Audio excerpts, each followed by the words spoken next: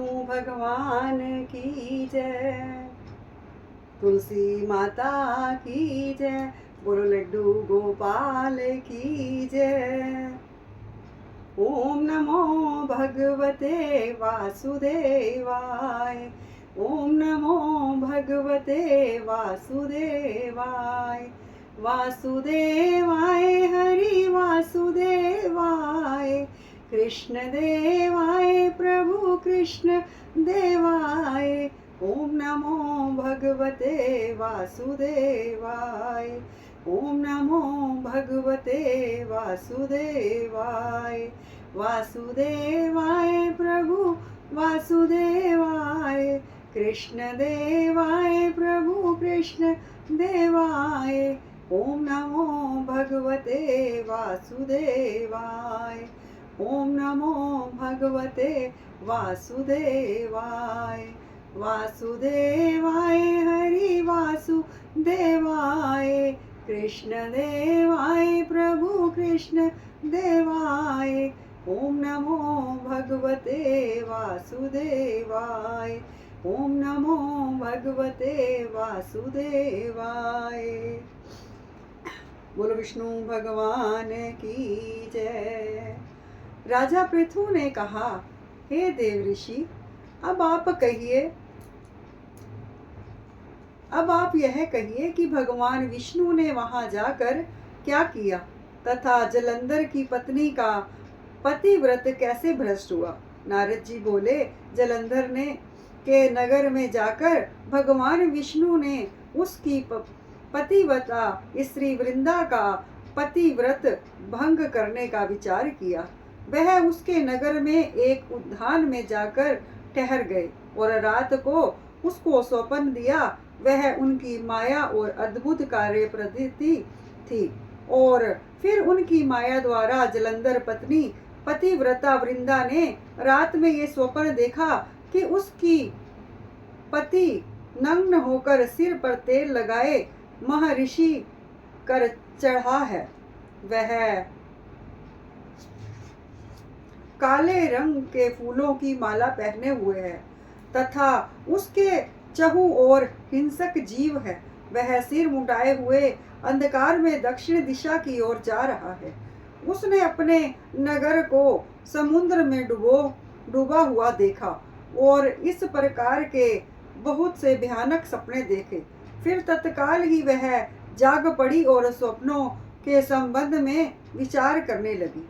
इतने में उसने सूर्य को उदय होते हुए देखा तो उसमें उसे एक छिद्र दिखाई दिया तथा वह क्रांतिहीन था। उसने अनिष्ट जाना। वह भयभीत होकर रोने लगी। वह छज्जे पर गई, अटारी पर चढ़ी, भूमि पर उतरी, मगर उसको कहीं भी शांति प्राप्त ना हुई। फिर वह अपनी दो सखियों को साथ लेकर उपवन में गई, परंतु वहां पर भी उसको चैन ना पड़ी। फिर वह जंगल में निकल गई, मगर वहां पर भी उसको चैन न आया।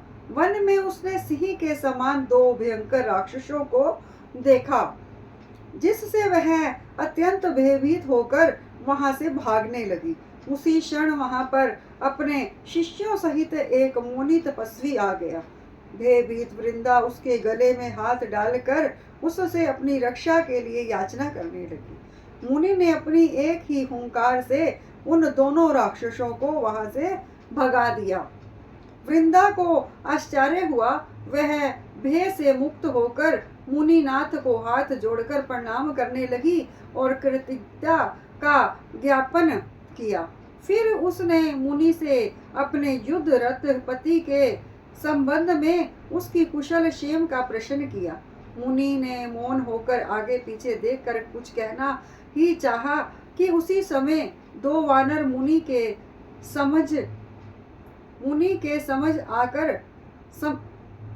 समक्ष आकर हाथ जोड़कर खड़े हो गए और जो ही मुनि ने भ्रिकुटी संकेत किया तो ही वह उड़कर आकाश में चले गए। फिर जलंधर का सिर व धड़ लेकर मुनि के पास आ गए। तब वृंदा अपने पति को मृत हुआ जानकर मूर्छित होकर पृथ्वी पर गिर पड़ी और अनेक प्रकार के वचन कहकर दारुण विलाप करने लगी। पश्चात उसने उस मुनि से कहा, हे कृपा निधे, आप मेरे पति को जीवित कर दीजिए। पतिव्रता परायण दैत्य पत्नी ऐसा कहकर दुख की श्वासों को छोड़ती हुई मुनीश्वर के चरणों में गिर पड़ी।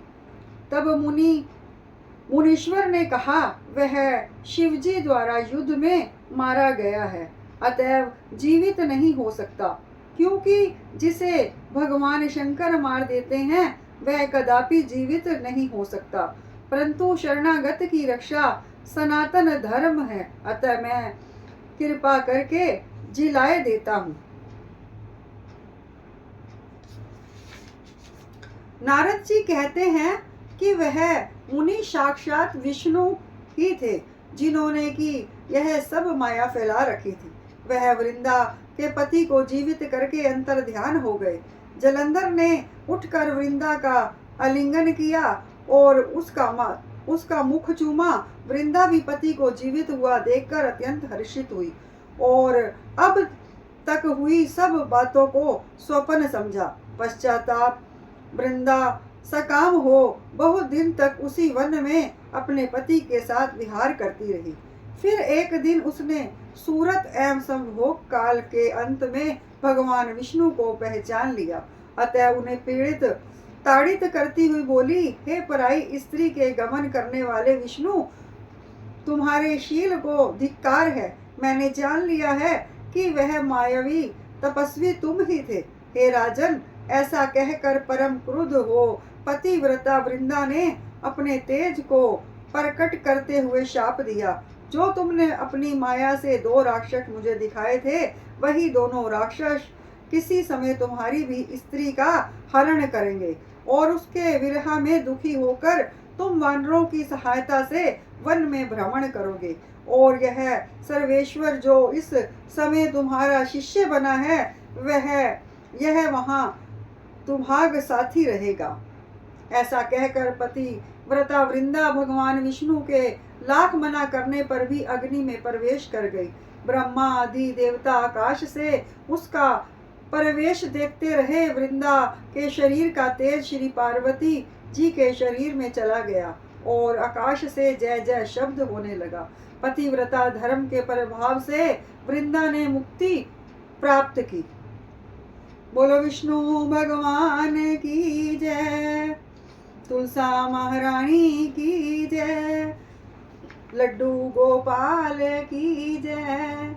ओम नमो भगवते वासुदेवाय, ओम नमो भगवते वासुदेवाय, वासुदेवाय हरि वासुदेवाय, कृष्ण देवाय प्रभु कृष्ण देवाय।